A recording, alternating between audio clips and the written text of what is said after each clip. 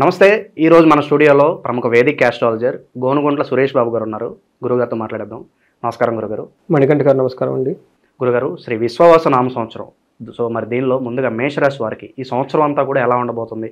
ఆర్థికంగా, ఆరోగ్యంగా, అన్ని విధాలుగా సంవత్సరం అంతా కూడా ఎలా ఉండబోతుంది గురుగారు మేషరాశి వారికి? సో మణికంఠ గారు, ఈ సంవత్సరం యొక్క పేరే విశ్వనామ సంవత్సరం. ఈ పేరులోనే ఉంది విశ్వం అంటే యూనివర్స్ అండి, వసు అంటే సంపద. ఈ ప్రపంచం అంతా మనకి సంపదలతో కూడుకుంది అని ఒక సింబాలిక్ చూపిస్తే ఈ యొక్క సంవత్సరం పేరు శ్రీ విశ్వవసునామ సంవత్సరం. అందులో మనం ఫాలో అయ్యే ఈ సిస్టమ్ ఇప్పుడు ఉంది కదండి, ఈ ఉగాది ఫలాలు, రాశి ఫలాలు చెప్పుకునే పండగ యొక్క సిస్టము జ్యోతిష శాస్త్రంలో అత్యంత పురాతనమైన సిస్టమ్ అండి. అండ్ ఇప్పటికీ ఇది వ్యాలిడ్ అండి. సో చూడండి, మన మహర్షులు ఎంత గొప్పగా ఇచ్చారు. సో ఆ యొక్క శాస్త్రాన్ని అనుసరించి మనకి ఈ ఉగాది సందర్భంగా శ్రీ విశ్వవసునామ సంవత్సరం ఆ పేరుకు తగ్గ ఎలా ఉందండి, 12 రాసుల వరకు నేను బాగా గమనిస్తున్నాను. ఒక్క 2 రాసులు తప్ప మిగతా రాశి వాళ్ళందరికీ తటస్థము లేదంటే వృద్ధి ఉంది.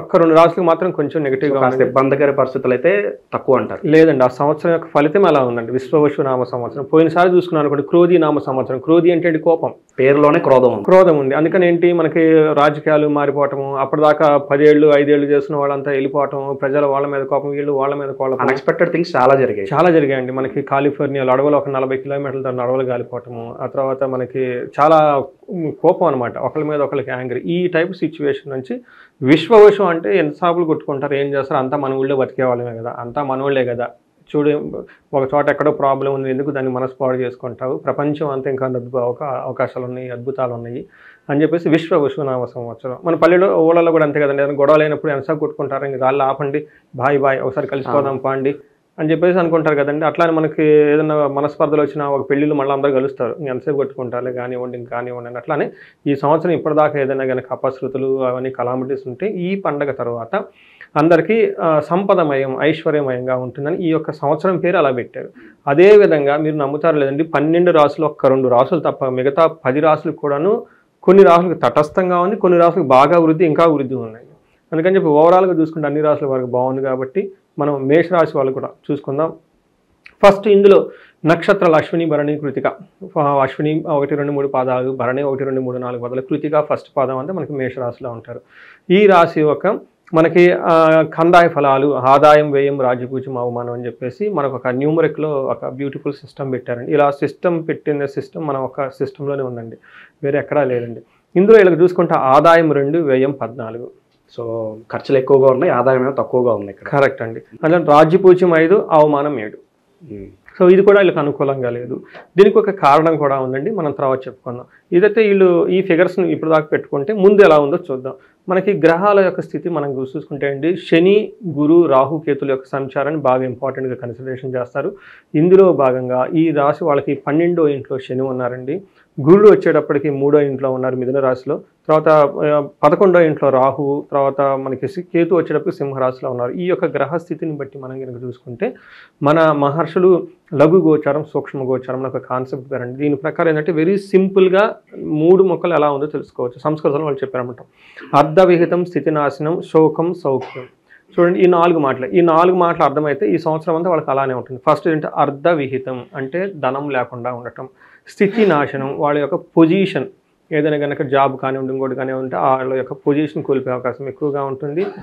సౌఖ్యం, సౌఖ్యప్రదంగా ఉంటుంది, శోకమయంగా కూడా ఉంటుంది అని చెప్పేసి చెప్తారంటే ఇందులో 4 మాటలు వాడితే ఒక 3 మాటలకి అనుకూలంగా ప్రతికూలంగా ఉన్నది, ఒక్కటి మాత్రం అంటే వాళ్ళకి సపోర్టింగ్గా ఉందన్నమాట.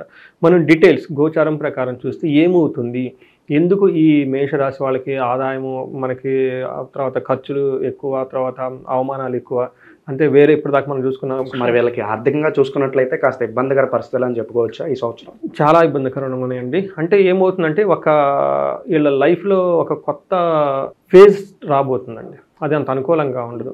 ఎందుకంటే వీళ్ళకి శని 12వ ఇంట్లో ఉండటం వల్ల ఏలినాటి శని అంటారు.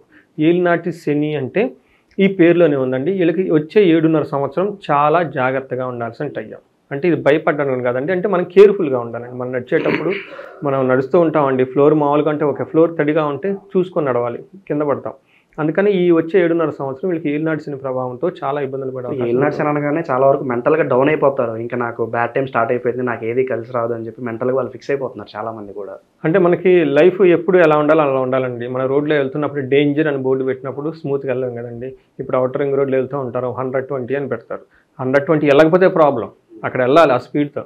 కొన్ని చోట్ల ఏమంటారు slow down, 20 kilometre 30 kilometre danger అని పెట్టినప్పుడు ఆ యొక్క ఫ్లో మనం తెలుసుకొని పోవాలండి.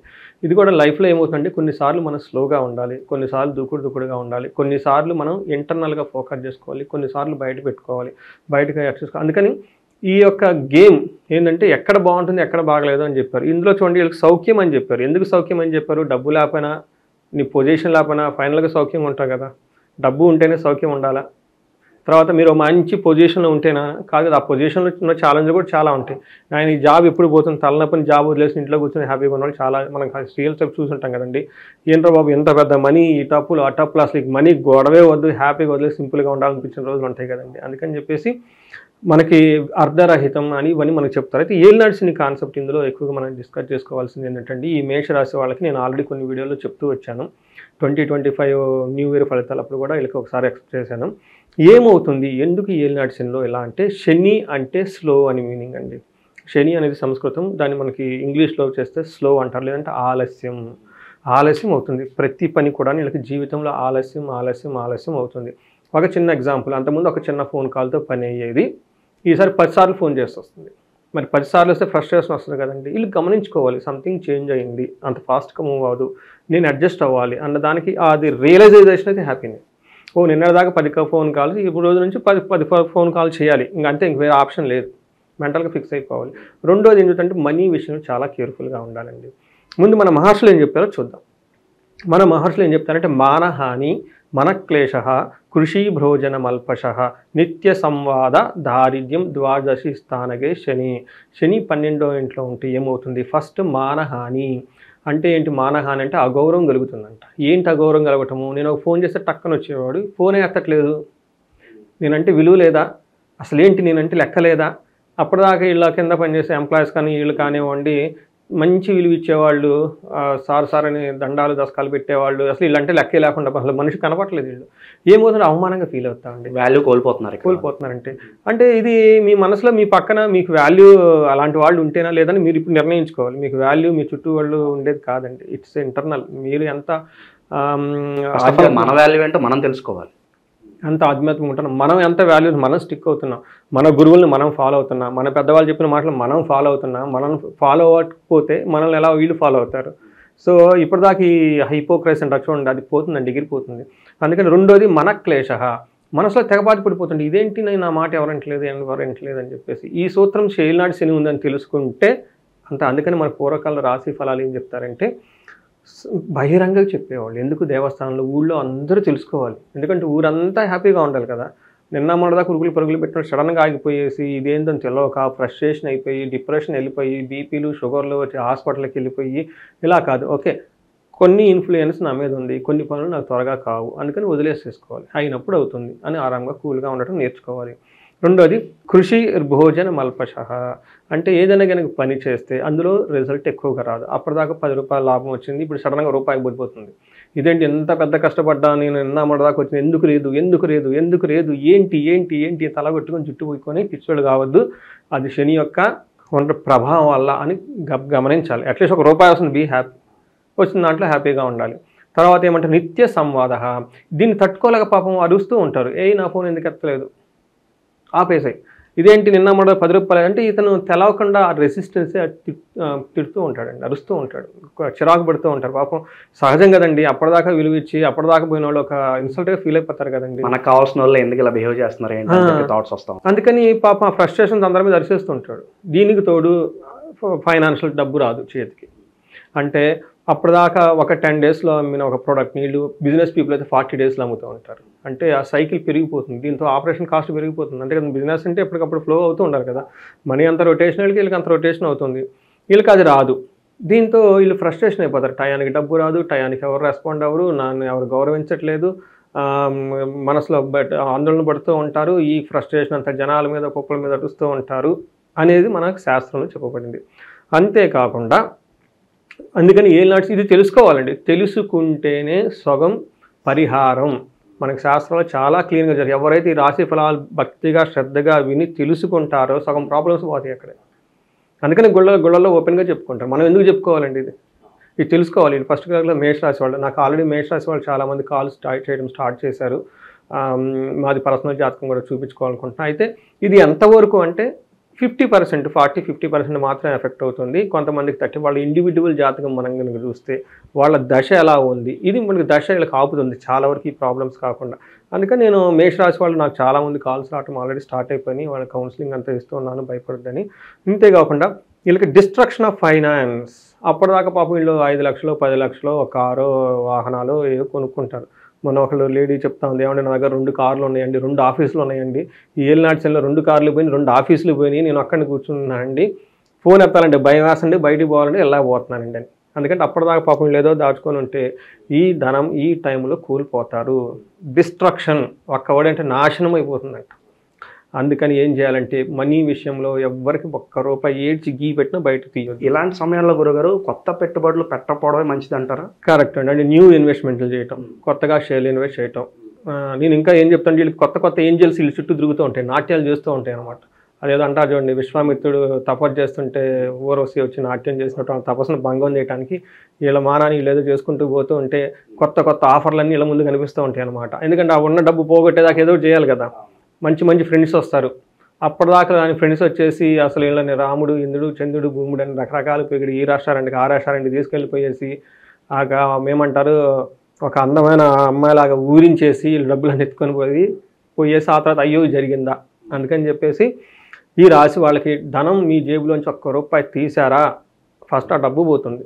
రెండోది దానితో పాటు మీకు గొడవలు చికాకులు మనశ్శాంతి కూడా పోతుంది. మూడోది మీ మీద నింద. అందుకని ఈ విషయాల్లో కొంచెం జాగ్రత్తగా ఉండాలి.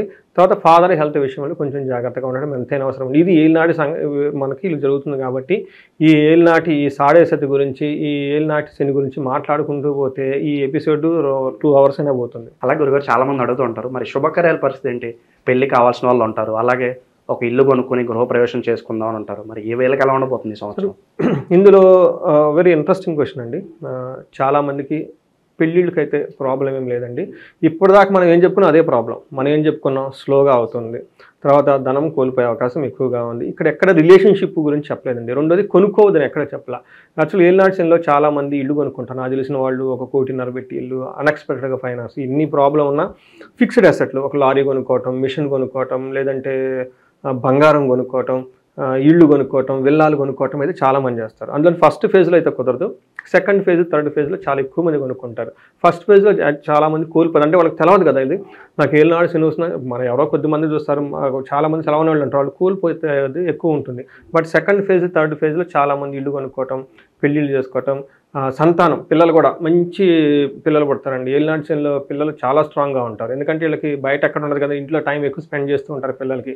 ఈ వీళ్ళకి మంచి రిక్రియేషన్ అవుతారు. వాళ్ళతో ఆడుకోవటం, సరదాగా గడపటము, ఇంటికి సంబంధించిన విషయాలు. అందులో ఏలినాటి శనిలో గురువు అనుకూలంగా ఉంటే పిల్లలతో చాలా బాగుంటుందండి. సో ఫ్యామిలీతో మంచి అడ్జస్ట్మెంట్, అంటే మనం టైంని ఎలా వాడుకోవాలని దాన్ని బట్టి ఉంటుందండి. మనం బయట బిజినెస్లు చేద్దామని ఫ్యామిలీతో వెళ్ళలేదని చెప్పలేదు కదండి. అందుకని చెప్పేసి వీళ్ళు టైం ఇక్కడ ఎక్కువ స్పెండ్ చేస్తే బాగుంటుంది. సో వీళ్ళకి ఉన్న ఇంకొక అడ్వాంటేజ్ ఏంటంటేనండి, గురువు వీళ్ళకి 3rd హౌస్లోకి మూవ్ అవుతున్నారండి. ఇది కొంచెం ఆ ఉన్న టైం అంతే మంచిది కాదు. గురువు కూడా మంచి యోగ్యతను, అందులో మే తర్వాత వీళ్ళకి ఫైనాన్షియల్ డిఫికల్టీస్ స్టార్ట్ అయిపోతాయి. ఏ విధంగా అంటే అధికంగా అతి క్లేశం, బంధువైరం, దారిద్ర, దేహపీడనం, ఉద్యోగ భంగం, కలహం. 3వ స్థానకే గురువు. వీళ్ళకి 3వ స్థానంలో గురువు ఉంటే ఏమవుతుంది, ఉద్యోగంలో భంగం కలుగుతుంది. మే తర్వాత మేషరాశి వాళ్ళు చాలా జాగ్రత్తగా ఉండాలి. ఎందుకంటే ఒకటి ఏలినాటి శని స్టార్ట్ అవుతుంది, రెండోది గురువు కూడాను వాళ్ళకి అనుకూలంగా లేరు. గురువు వచ్చేటప్పుడు మనకు ధనం విషయంలో, సంతానం విషయంలో, జ్ఞానం విషయంలో, కీర్తి ప్రతిష్టల విషయంలో గురువే మనకు సపోర్ట్ ఇచ్చేది. దాని తర్వాత దారిద్ర దేహపీడనం అని చెప్పారనమాట. అంటే శారీరకంగా బాగుండదు, ఫైనాన్షియల్ స్ట్రగుల్ స్టార్ట్ అయిపోతే బంధువులతో గొడవలయ్యే అవకాశం ఎక్కువగా ఉంది. అందుకని మనకి శని సరిగా లేరు, మే తర్వాత గురువు కూడా సరిగా లేరు. కాబట్టి మనకి వీళ్ళు జాగ్రత్తగా ఉండాలి. ఫస్ట్ తెలుసుకోవాలండి. తెలుసుకొని మెంటల్గా చాలా కాన్షియస్గా ఉంటే ఆ వచ్చే ప్రాబ్లమ్ని వీళ్ళు అవాయిడ్ చేయొచ్చు. తర్వాత నాకు తెలిసిన ఒక అతను US నుంచి ఫోను బాగా రెగ్యులర్ కాల్ చేస్తూ ఉంటారండి. ఏలినాటి శని అనగానే ఆయన ఉన్న షేర్లు గీర్లు మొత్తం లాక్ చేసి పెట్టేశాడు, ఇంకేం తీయకుండా. పాపం ఆయన మధ్యలో చాలా స్ట్రగుల్స్ వచ్చినాయి. జాబ్ పోయింది, అది పోయింది, ఇది పోయింది. తర్వాత ఒకసారి నాకు ఫోన్ చేసి, గురువు గారు ఏంటండి నాకున్న స్టాక్ అన్ని అమ్మేద్దాం అనుకుంటున్నానండి. అమ్మ నేను చెప్పాను, నో అండి తీయొద్దు. కాదండి ఆ స్టాక్ వాల్యూ కూడా తగ్గిపోయిందండి అన్నాడు. నో ప్రాబ్లం, ఉన్నన్ని అక్కడ ఉంటాయి, ఈరోజు తగ్గినాయి రేపు మళ్ళీ పెరుగుతాయి, అందుకని చెప్పేసి ఏం టెన్షన్ పడదు, అది తీసావంటే ఇంక మళ్ళీ నీకు జన్మలో ఇంక రాదు. అట్లానే గోల్డ్ కానీ అమ్మటం, ఈ టైంలో గోల్డ్ జ్యువెలరీ మనపురం అక్కడెక్కడెక్కడ పెడితే ఇంకా అది అక్కడే ఉంటుంది 7 ఏళ్ళు, ఇంక బయటకు రాని కూడా రాదు. అందుకని చెప్పేసి అవేం చేయకుండా ఉన్న దాంట్లో సింపుల్గా ఉండటం అనేది నేర్చుకోవాలి. ఉన్నది పోగొట్టుకోకుండా. పోగొట్టుకోవడం చాలా ఈజీ. మన పెద్దవాళ్ళు కూడా అమ్ముతారు, అంత పెట్టి కొన్నాము, అమ్మబోతే అనేవి కొనకపోతే కొరివి, అప్పుడు ఎంతో కష్టపడి కొన్నాం, ఇప్పుడు మీరు అమ్మేస్తున్నారా, అంతే కదండి. ఇల్లు అమ్మడానికి ఎంతలోకి పోతుందండి. అందుకని మీరు ఇందాక అడిగిన విధంగా వీళ్ళకి మ్యారేజ్, పెళ్లి కావాల్సిన వాళ్ళకైతే ఎలాంటి ప్రాబ్లం ఏముండదు, పెళ్ళే అవకాశం ఎక్కువగా ఉంటుంది. ప్లస్ ధన ప్రవాహం కూడా ఏదో ఒక విధంగా వస్తుంటుందండి. ధనం పోయినా కానీ ఏదో ఒక విధంగా వచ్చే అవకాశం ఎక్కువగా ఉంది. అయితే ఒక బ్యూటిఫుల్ థింగ్ ఏంటంటే వీళ్ళకి రాహు వీళ్ళకి బాగా సపోర్ట్ చేస్తున్నారు. రాహు వీళ్ళకి సపోర్ట్ చేయడంతో ఏమవుతుంది అంటే సపోర్టింగ్ సిస్టమ్. రాహు అంటే ఏంటంటే మనకి ఇంటర్నెట్, మొబైల్ ఫోన్స్, కంప్యూటర్, తర్వాత ఫారిన్ ట్రావెల్ వెళ్ళాలనుకున్నా, తర్వాత మనకి ఏదైనా సపోర్టింగ్ సిస్టమ్ ఇదంతా బాగా సపోర్టింగ్ ఎక్కువగా ఉంటుంది. పూర్వకాలంలో మనకి ఏమని చెప్తారంటే గోవాజి గజ సంఘానం క్షీరాన్నాది భోజనం సుఖ భోజనం వస్త్రమాల్యాది లాభంచ ఏకాదశిగో ఫణి. మనకి ఫణి అంటే ఎవరంటే రాహు. రాహు 12వ ఇంట్లో 11వ ఇంట్లో ఉండటం వల్ల మనకి పూర్వకాలంలో ఆవులు ఇవి క్షత్రియ ఉండే కదండి, యుద్ధాలు చేసేటప్పుడు సైన్యములకు సపోర్ట్ వచ్చేది. బట్ ఈ రోజుల్లో అది లేదు కాబట్టి, బట్ ఈ కాలంలో మనకి కారు కానివ్వండి, ఇంటర్నెట్ కానివ్వండి, వీటికి సంబంధించిన విషయాలు బాగా సపోర్ట్ వచ్చేస్తుంది. ఫారిన్ కనెక్షన్స్ నుంచి బాగా విపరీతంగా లాభం వస్తుంది. మంచి మంచి బట్టలు వేసుకొని టయానికి భోజనం చేసి హ్యాపీగా ఉండే అవకాశం ఎక్కువగా ఉంది. సో వీళ్ళకి రాహు బాగా సపోర్ట్ ఇస్తున్నారండి ఈ రాశి వాళ్ళకి. సో ఇది ఓవరాల్గా మనం చూసుకుంటే. గురుగారు, మరి ఏళ్ళనాటి శని జరుగుతుంది కాబట్టి సంవత్సరం అంతా కూడా ఎలాంటి రెమెడీస్ చేసుకోవడం ద్వారా మంచి ఫలితాలు వీళ్ళకి వస్తాయి అంటారు? వీళ్ళకి 2 రకాలు చేయాలండి. ఒకటి గురువుకి సంబంధించి, తర్వాత వీళ్ళకి ఉద్యోగంలో ప్రాబ్లం వచ్చే అవకాశం ఎక్కువగా ఉంది కాబట్టి గురువుకి సంబంధించి గురు గ్రహానికి జపం చేసుకోవటం చాలా ఇంపార్టెంట్. దక్షిణామూర్తి స్తోత్రం చదవాలి. మనకి కోటప్పకొండ దగ్గర, మనకి గుంటూరు దగ్గర కోటప్పకొండ అని ఉంది, అక్కడ అది ఆ టెంపుల్ వచ్చేటప్పటికే దక్షిణామూర్తి టెంపుల్ అండి. అక్కడ బృహస్పతి హోమం కూడా చేస్తారు. అక్కడ అందులో సామూహికంగా పార్టిసిపేట్ చేసుకొని విజిట్ చేస్తే చాలా చాలా కలిసి వస్తుంది. పిల్లలకి ఎడ్యుకేషన్ పరంగా చాలా స్లోగా ఉంటారండి ఈ రాశి వాళ్ళు. అందుకని వీళ్ళకి మనకి మేధాసూక్తంతో హోమం కానివ్వండి, లేదంటే దక్షిణామూర్తి జపము, లేదంటే మేధాసూక్తం జపము, ఇవి జపాలు చేయించి ఒక హోమం కనుక చేస్తే ఎడ్యుకేషన్లో చాలా బాగుంటుందండి. ఇది కాకుండా ఏలినాటి శనికి రెమెడీస్, ఫస్ట్ రెమెడీ ఇది ఏలినాటి శని తెలుసుకోవటమేనండి. శనికి బో డౌన్ అవ్వాల్సిందే, స్లోగా అవుతుంది. ఇందాక మనం అవ్వాల్సిన ఒకటేమంటే అండి, లైఫ్ స్టైల్ ప్రిడిక్షన్ మనకు రెమెడీస్ చాలా ఇంపార్టెంట్ అండి. మనం ఆధ్యాత్మికంగా చెప్తాం, ఖచ్చితంగా ఏంటంటే ఆధ్యాత్మికంగా మన హనుమాన్ చాలీసా చదువుకోవాలి. శని పిప్పలాద స్తోత్రం అని ఉంటుంది, దాన్ని చదువుకోవాలి. తిరుపతి సంవత్సరానికి ఒకసారి చక్కగా వెళ్ళేసి నడిచి వెళ్ళొస్తే ఇంకా మంచిది. ఎందుకంటే శనికి శారీరకంగా కష్టపడితే ఇష్టం ఆయనకి. ఇలా లగ్జరీ క్యూలకి వెళ్ళొస్తే నచ్చదు. 300 రూపాయల టికెట్లు తీసుకుని జస్ట్ నొప్పి తెలియకుండా వెళ్ళొచ్చేస్తే ఉండదు. అందుకని మనం ఆధ్యాత్మికంగా గడపాలన్నమాట. ఆ శని పెట్టే బాధలు ఎక్కడంలోనే పోవాలండి వాళ్ళకందరికి. ఫిజికల్ రిలేటెడ్ స్ట్రగుల్ అవ్వాలన్నమాట. అట్లానే నిలబడి వెయిట్ చేసి అలా నిదానంగా పేషెన్స్గా దర్శనం చేసుకుంటూ ఉండాలి. ఇవి కాకుండా శనికి సంబంధించిన ఇంకెవరైనా మన్యు పాశుపత అభిషేకం అని ఉంటుందండి. మన్యు పాశుపత అభిషేకం, ఈ అభిషేకం చేసుకున్నా కానీ శనికి సంబంధించి విపరీతం, అంటే దీన్ని వేరే వాళ్ళు అడ్వాంటేజ్ తీసుకోవాలనుకుంటే వీళ్ళకి శత్రువుల బాధ వాటి నుంచి ఉపశమనం వస్తుంది. సో ఇంతే కాకుండా మనకి ఈ 2 ఎక్కువగా గురువుకి సంబంధించి శనికి సంబంధించి చూస్తే, అయితే ఇండివిజువల్ జాతకం మనం చూసుకుంటే వాళ్ళకి ఏదైనా మ్యారేజ్ రిలేటెడ్ ప్రాబ్లం అంటే ఏమవుతుందంటే అండి, టఫ్ టైంలో అన్నీ టఫ్గా ఉంటాయండి. వాళ్ళ యొక్క దశ చూడాలి మనం. దశ కనుక అనుకూలంగా ఉండి వర్షఫలం అనుకూలంగా ఉంటే ఓకే, ఇది లైట్గా తీసుకోవచ్చు. ఒకవేళ దశ కనుక బాగా లేకపోతే చాలా సీరియస్గా ఎఫెక్ట్ అయిపోతుందండి. అందుకని వాళ్ళకి ఏ దశ నడుస్తుందో ఆ దశలో వాటికి సంబంధించిన పరిహారాలు చేసుకుంటూ ఉంటే బాగుంటుందండి. సో ఓవరాల్గా చూసుకుంటే మేషరాశి వాళ్ళు ఆ పేరులోనే ఉంది కదండి, వీళ్ళకి పట్టుదల చాలా ఎక్కువ. చిన్నగా ఆటంకాలు వస్తూ ఉంటాయి. అవి బయటగా ఉండాలి కానివ్వండి, ఆ బాధలు మనసులోకి తీసుకోకూడదు, అంతే కదండి. మన బయట డబ్బు ఉన్నా లేదంటే డబ్బు ఒకలాని అప్స్ అండ్ డౌన్స్ ఉంటుంది. సో అది అంతా బయటే వదిలేయాలి. అది లోనకి ఇల్లు తీసుకొని విపరీతంగా బాధపడి టెన్షన్ పడకూడదు. అది రియల్ లైఫ్లో ఇచ్చే ఒక రెమెడీ. చాలా బాగా వివరించారు గురుగారు, ధన్యవాదాలు. నమస్కారం అండి.